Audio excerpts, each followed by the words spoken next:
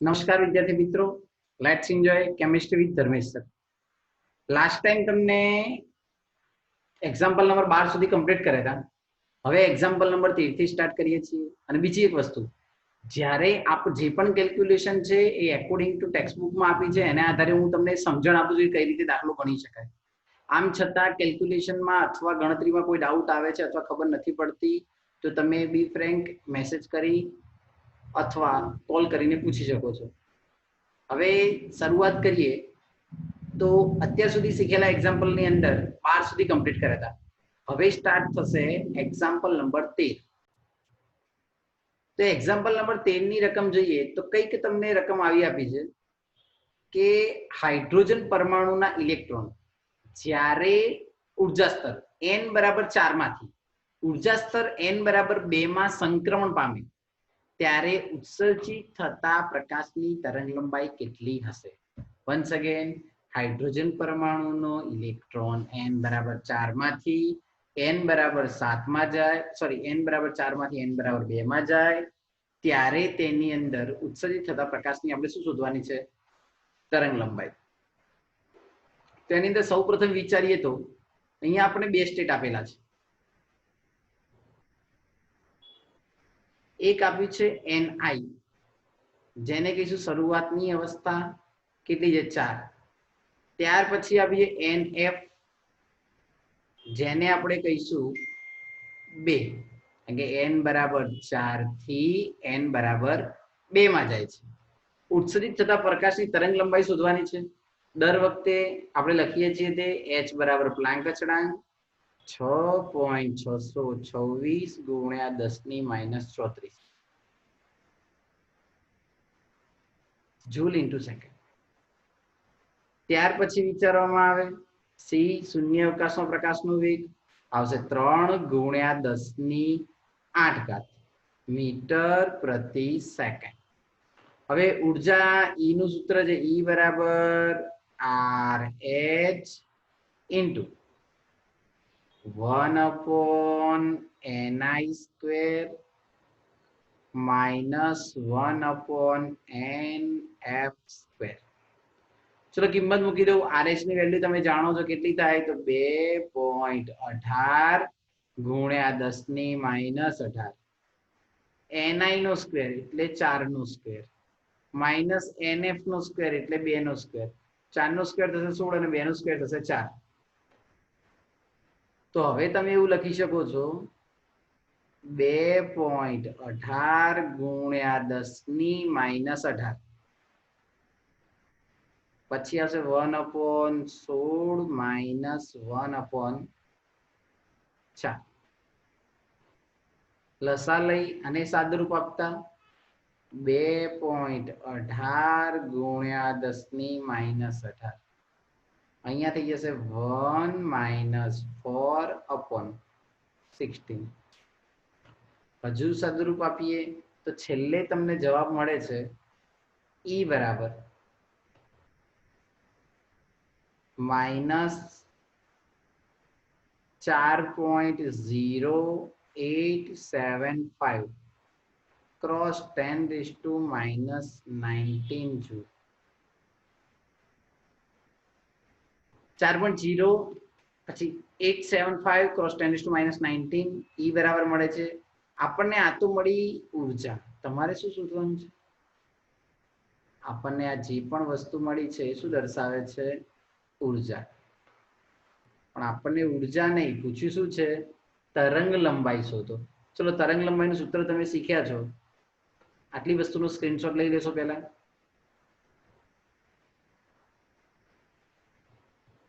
હવે આગળ વિચારીએ તો તરંગ લંબાઈ માટે આપણે શીખ્યા હતા E બરાબર hc/લેમ્બડા. E બરાબર hc/લેમ્બડા ની અંદર આપણે લેમ્બડાની કરતા કરીએ તો hc/E, h બરાબર 6.626 ગુણ્યા 10⁻34, c બરાબર 3 ગુણ્યા 10⁸ અપોન નીચે આવશે E. E નું મૂલ્ય કેટલું આપેલું છે? તો 4.0 875 ક્રોસ 10⁻⁻19. તો ચલો અહીંયા લેમડા બરાબર કેટલા મળશે? તો લેમડા બરાબર જવાબ આવશે 4.8631 ક્રોસ 10⁻⁻7. બને ને ત્યાં સુધી તરંગ લંબાઈને નેનોમીટરમાં લઈ જવાનો પ્રયત્ન કરવાનો. નેનોમીટર લાવવા હોય તો 10⁻9 લાવવા પડે. તો અહીંયા થઈ જશે 486.31 ક્રોસ 10⁻⁻9 મીટર. -9 હટાવી દો તો આવી જાય નેનોમીટર. 486.31 નેનોમીટર. તો પહેલા ઉર્જા શોધી અને ત્યારબાદ તેને નેનોમીટરમાં કન્વર્ટ કર્યા. તો આ રીતે તમે એક્ઝામ્પલને ગણી શકો છો. હવે ફરીથી એકવાર જ્યારે ઉર્જાનો ફેરફાર આવે તો પહેલા ઈ શોધો, પછી ઈ બરાબર h/λ છે તો ગણતરી કરીને શોધવા હોય તો શોધી શકાય. અહીંયા તરંગ સંખ્યા શોધવાનું સૂત્ર કીધું હોત તો શું કરે? તો v બાર બરાબર 1/λ, પછી કિંમત મૂકી દો તો જવાબ મળી જાય. હવે વિચારીએ એક્ઝામ્પલ નંબર 14. એક્ઝામ્પલ નંબર 14 નું એવું કેવું છે કે જો ઇલેક્ટ્રોન n બરાબર 5 ધરાવતો હોય તો હાઇડ્રોજન પરમાણુનું આયનીકરણ કરવા માટે અનંત અંતરે લઈ જવા માટે કેટલી ઉર્જા જોઈશે? તમારી ઉત્તરની તુલના h બરાબર આયનીકરણ એન્થાલ્પી એક કક્ષામાંથી ઇલેક્ટ્રોન દૂર કરવા માટે પણ કેટલી થશે તેની પણ તુલના કરવાની છે. રકમને પહેલા સમજીએ. આયનીકરણ કરવું એનો મીનિંગ થાય કે ઇલેક્ટ્રોનને અનંત અંતરે લઈ જવું. ક્યાં લઈ જવું એ આપણને ખબર છે નહીં. તો સૌપ્રથમ વિચારવામાં આવે તો En બરાબર કઈ કક્ષા માટે વિચારવાનું છે? તો 5મી કક્ષા માટે. તો En બરાબર એક સૂત્ર આવું છે કે RH into 1/n², એ -1. 5મી કક્ષા માટે વિચારીએ. હવે આપણે તફાવત જોવાનો છે કે અનંત અંતરે લઈ જઈએ ત્યારે લખાય અને ડેલ્ટા ઈ. તો ડેલ્ટા ઈ બરાબર શું થશે? તો -RH ઇન્ટુ શું લખી શકાય? તો -RH 1/ni² - 1/nf². અંતિમ અને પ્રારંભિક. ચલો શરૂઆતની અંદર n બરાબર 5 ધરાવતો એને લઈ ક્યાં જવાનો છે? તો અનંત અંતરે લઈ જવાનો છે. ક્યાં લઈ જવાનો એ આપણને આઈડિયા છે નહીં. એટલે ni બરાબર 5, પણ nf બરાબર શું થઈ જશે? તો ઇન્ફિનિટી. અને અહીંયા આન્સર પ્લસ આવશે કારણ કે આપણે ni - nf કર્યું. જો nf - ni કર્યું તો માઇનસ આવે. હવે ચલો કિંમત મૂકીએ. જો અહીંયા હાઇડ્રોજન સિવાય બીજો કોઈ તત્વ હોત ને તો આપણે z વડે ગુણવા પડે, પણ અહીંયા હાઇડ્રોજન z² વડે ગુણવા પડે, પણ હાઇડ્રોજન છે એનો પરમાણુ ક્રમાંક એક જ થાય. લખો કે ના લખો કોઈ ફરક પડશે નહીં. તો અહીંયા કિંમત મૂકી દઉં 2.18 × 10⁻18. ધ્યાનથી જોજો વિદ્યાર્થી મિત્રો. 1/ni² એટલે 5/2 -1/∞. હવે એની અંદર કિંમત મૂકવામાં આવે તો આ સ્ટેપ તો આખું શૂન્ય થઈ જશે. તો આપણે જો બચીશું 2.18 × 10⁻18. આ સ્ટેપ 1/∞ વાળું આખું શું થઈ જશે? શૂન્ય. કેમ કે એકની નીચે ઇન્ફિનિટી હોય તેનો જવાબ શૂન્ય આવે. 5² શું થઈ જાય? 25. હવે કિંમત મૂકી દઈએ તો તમને E5 બરાબર, એટલે કે જ્યારે 5મી કક્ષામાં હોય ત્યારે એની ઉર્જાનો ક્રમ કેટલો મળશે? -872 ક્રોસ 10⁻20 જૂલ. તો આ રીતે તમે n બરાબર 5મી કક્ષાની ઉર્જા કેટલી થશે? તો -872 × 10⁻20. એકચ્યુઅલીમાં છે ને અહીંયા આનો જવાબ તો પ્લસ જ આવશે, પરંતુ ખાલી 5મી કક્ષા માટે વિચારતા હોય ને ત્યારે આ સૂત્ર એપ્લાય કરવું પડે, કારણ કે આનું તો આખું સ્ટેપ શૂન્ય થાય છે ને. તો આ સૂત્ર એપ્લાય કરો. અહીંયા જવાબ તમારો જે ડેલ્ટા ઈ વાળો જવાબ છે, એક જ મિનિટ નહીં તો તમે કન્ફ્યુઝ થશો. ડેલ્ટા ઈ વાળો જવાબ છે એ કેવો આવે? પ્લસ. પરંતુ જો -RH ખાલી E5 માટે વિચારું તો શું થશે? તો -872 × 10⁻20 જૂલ જોવા મળે. હવે ત્યારબાદ વિચારવામાં આવે તો આપણને એવું કીધું કે ડેલ્ટા ઈ બરાબર આટલા મળ્યા. કેટલા મળ્યા? તો 2 એટલે કે માઇનસ માં 8.72 ગુણ્યા 10 ની માઇનસ 20 જૂલ જોવા મળ્યા. એક મિનિટ ચાલુ રાખજો.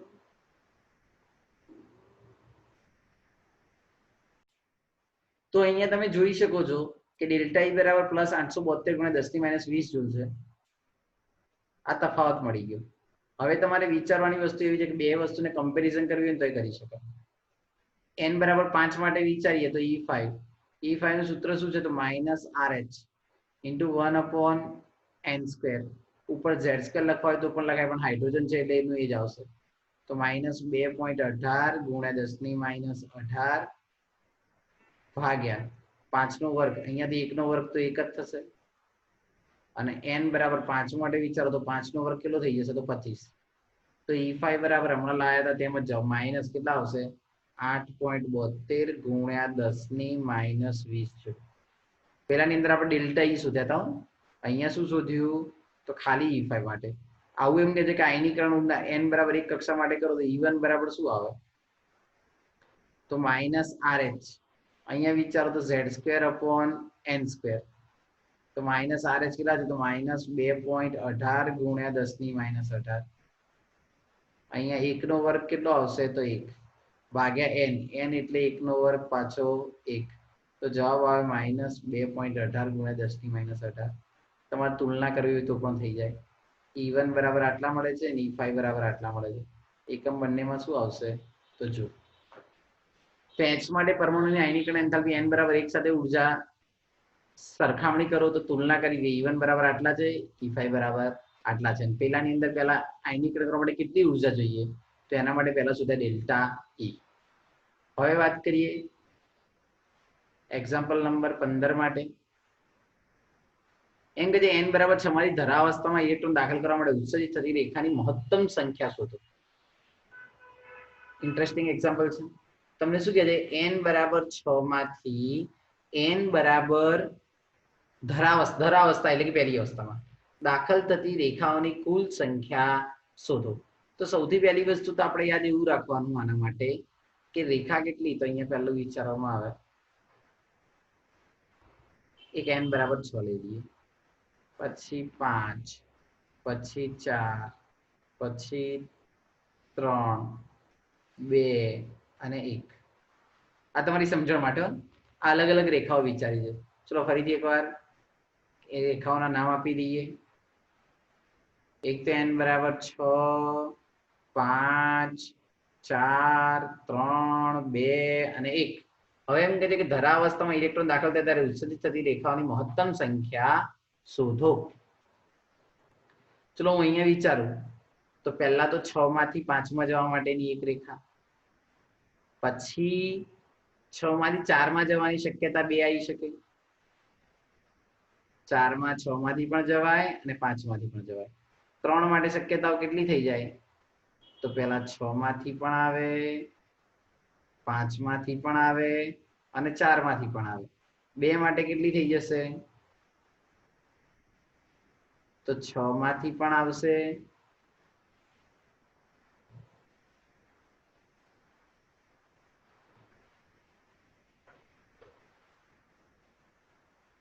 એક આવશે 6 માંથી, બીજું આવે 5 માંથી, પછી આવે 4 માંથી, પછી આવે 3 માંથી. હવે 2 પછી વિચારીએ 1, તો એના માટે વિચારીએ તો આ 1, પછી વિચારવામાં આવે 2, પછી આવશે 3, આ રીતે અલગ અલગ. તો એ અલગ અલગ સંખ્યા રેખા વિશે વિચારી શકાય. તો ચલો હવે ગણવાનું ચાલુ કરીએ આપણે કેટલા કેટલા આપ્યા છે તે. તો પહેલાની અંદર વિચારો તમને કેટલી રેખા મળી? તો 1. બીજાની અંદર વિચારો કેટલી મળી? 2. પછી કેટલી મળી? 3. પછી કેટલી મળી? 4. અને અંતિમ કેટલી મળે છે? 5. ચલો બધાનો સરવાળો કરી દઈએ. વર્ણપટમાં મળતી કુલ રેખા તો પહેલામાં 5 એટલે 6 થી 1 ઓછા લેવાના. 5, 4, 3, 2 અને 1. ચલો બધાનો સરવાળો કરવામાં આવે, સરવાળો કેટલો મળશે? 15 રેખા. તો આ તમારો જવાબ છે. તો આ રીતે ડિફાઇન કરવું હોય તો રેખાને નક્કી કરી શકાય છે. ત્યાર પછી વિચારીએ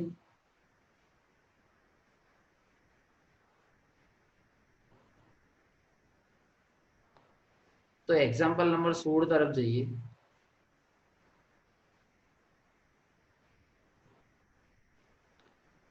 તેની અંદર આપેલી માહિતીને આધારે વિચારીએ તો હાઇડ્રોજન પરમાણુની પ્રથમ કક્ષા સાથે સંકળાયેલી ઉર્જા કેટલી હોય? તો આપણને ખબર કે n બરાબર 1 હોય ત્યારે હિલ્બર્ગ અચળાંક જેટલી જ હોય, એટલે 2.18 ગુણ્યા 10⁻18.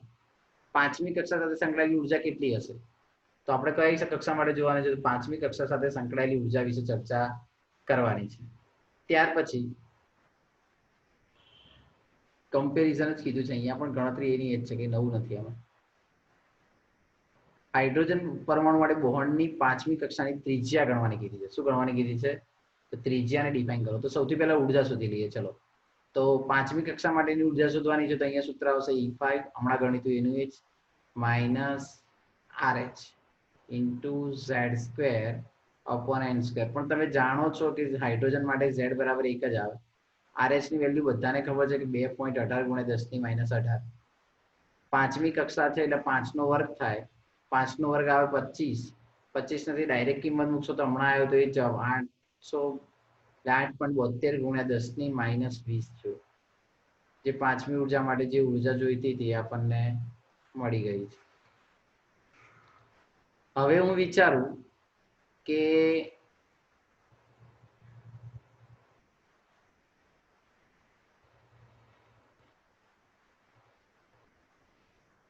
E બરાબર 5 માટે તો મળી ગઈ, પણ અહીં ત્રિજ્યા, ચલો બહોળ ત્રિજ્યાનું સૂત્ર શું હતું? તો Rn બરાબર શાના બરાબર આવશે? Rn બરાબર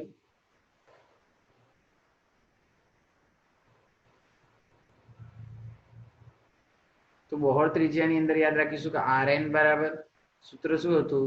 તો 0.0529 નેનોમીટરમાં હોય ત્યારે. જો પિકોમીટરમાં હોય તો 52.9 થાય. અપોન શું આવે? તો સોરી, ઇન્ટુ આવશે n².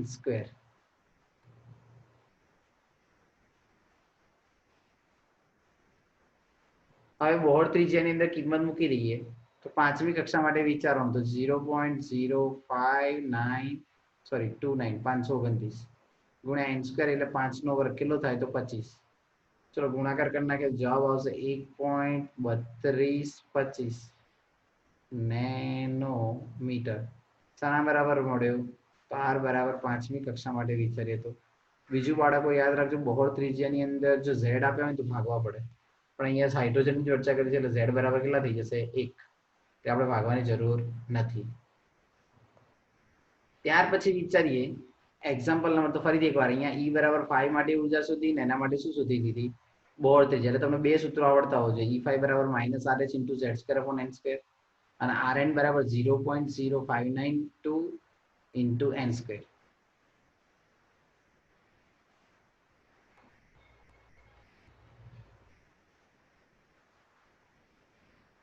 બીજું એની અંદર પૂછ્યું છે કે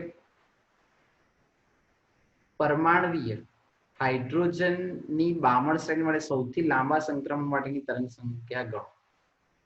પરમાણ્વીય હાઇડ્રોજનની બામણ શ્રેણી માટે સૌથી લાંબા સંક્રમણની તરંગ સંખ્યા ગણો. હવે સૌથી લાંબા સંક્રમણની તરંગ સંખ્યા વિશે આપણને ચર્ચા કરવાનો કીધી છે. તો બામર એટલે આપણને ખબર છે કે લાય બાપા બ્રેકફાસ્ટ. લાયમર એટલે પહેલી ને બામર એટલે કઈ થાય? તો બીજી. તો બામરમાં n બરાબર કેટલા આપેલા છે? 2. હવે n બરાબર 2 માટે આપણે વિચારવાનું એવું કીધું છે કે તરંગ સંખ્યા ગણવાની કીધી છે. કઈ વસ્તુ ગણવાની છે? તરંગ સંખ્યા ગણવાની. સૌથી લાંબા સંક્રમણ માટેની તરંગ સંખ્યા શોધો. ચલો તરંગ સંખ્યાને કહીએ v બાર.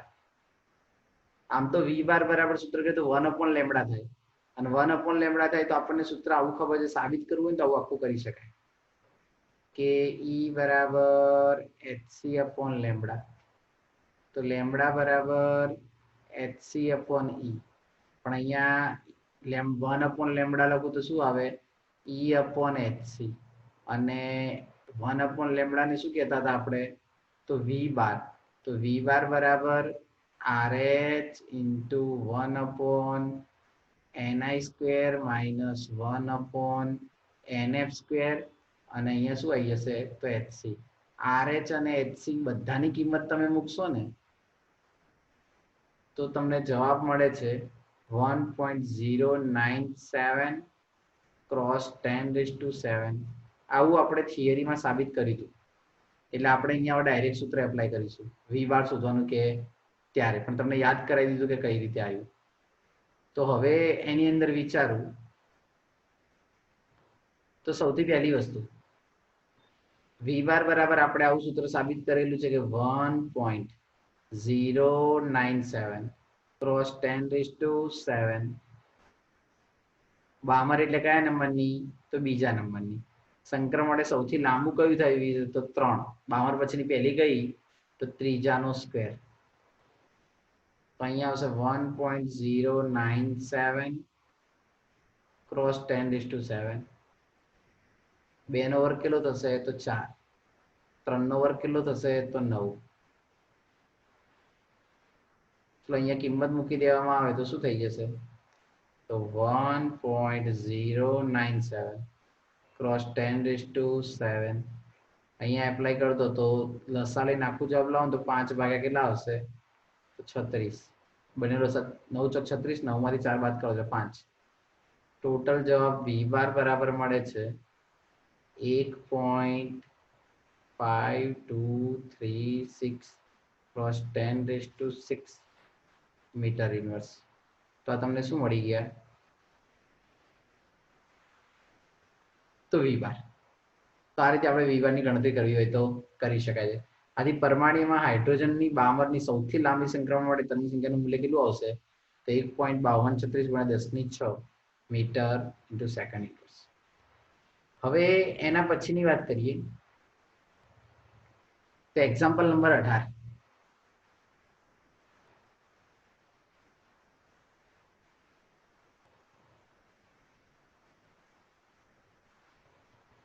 એક્ઝામ્પલ નંબર 18 માં કઈક આવી બાબતો પૂછી છે.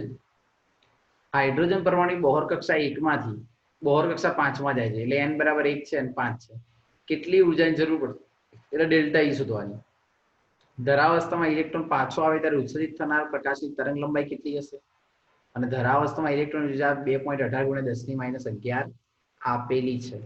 તો સૌથી પહેલા આપણને બોહરના મત પ્રમાણે વિચારીએ તો આપણે સૂત્ર આવું શીખ્યા છીએ. અભિધારણા જોશો ને તેની અંદર સૂત્ર સાબિત કર્યું હતું કે En બરાબર -2.18 × 10⁻18, જેને આપણે કહેતા હતા રીડબર્ગ અચળાંક RH. જો હાઇડ્રોજન સિવાયનો હોય તો Z² / n². હવે આપણે અહીંયા પહેલા અને પાંચમાનો તફાવત જોવાનો છે. એટલે તમે એવું કહી શકો છો કે ડેલ્ટા E બરાબર E5 - E1. ચલો E5 અને E1 ની અંદર વિચારીએ. -2.18 આપણે નહીં લખો, આપણે RH લખીએ તો RH ઇન્ટુ 1 શું થશે n². હાઇડ્રોજનમાં તો Z બરાબર 1 જ આવે એટલે 1² માઇનસ RH ઇન્ટુ 1² તો 1 જ થશે. પાંચમી કક્ષા માટે વિચારો. અહીંયા પાંચમી કક્ષા એટલે 5² થાય અને અહીંયા કેટલાનો સ્ક્વેર થાય 1² અને પછી મોટા કૌંસથી કમ્પ્લીટ કરો.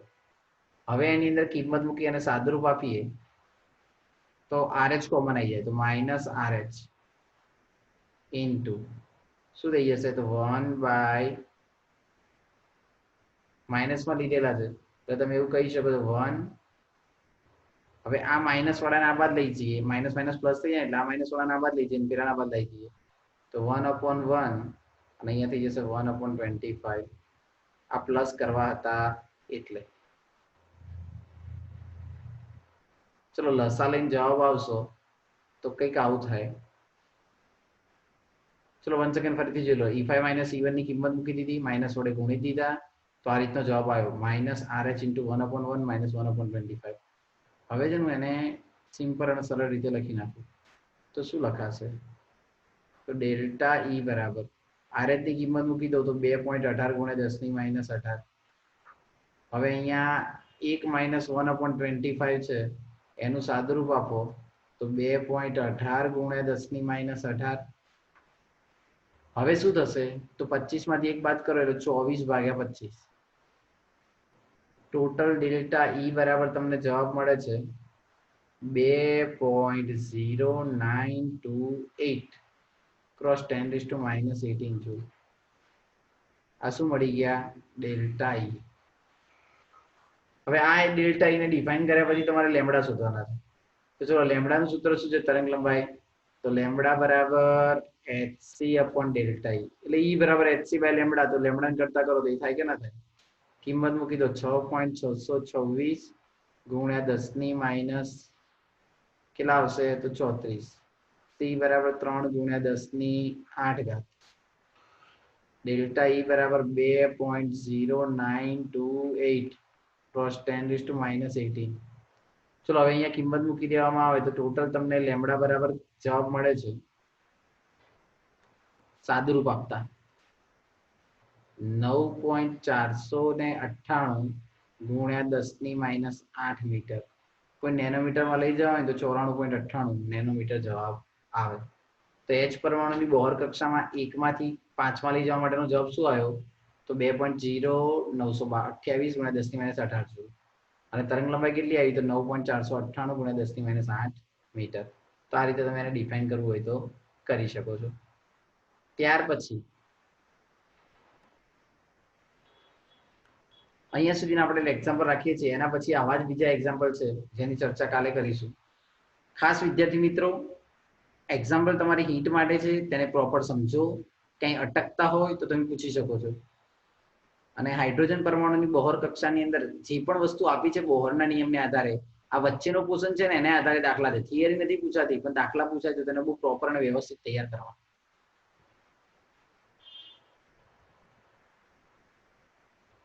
તો આજે આપણે 13 થી લઈ અને 18 સુધીના એક્ઝામ્પલ પૂરા કર્યા અને બીજા એક્ઝામ્પલ નેક્સ્ટ લેક્ચરમાં આપણે ચર્ચા કરીશું.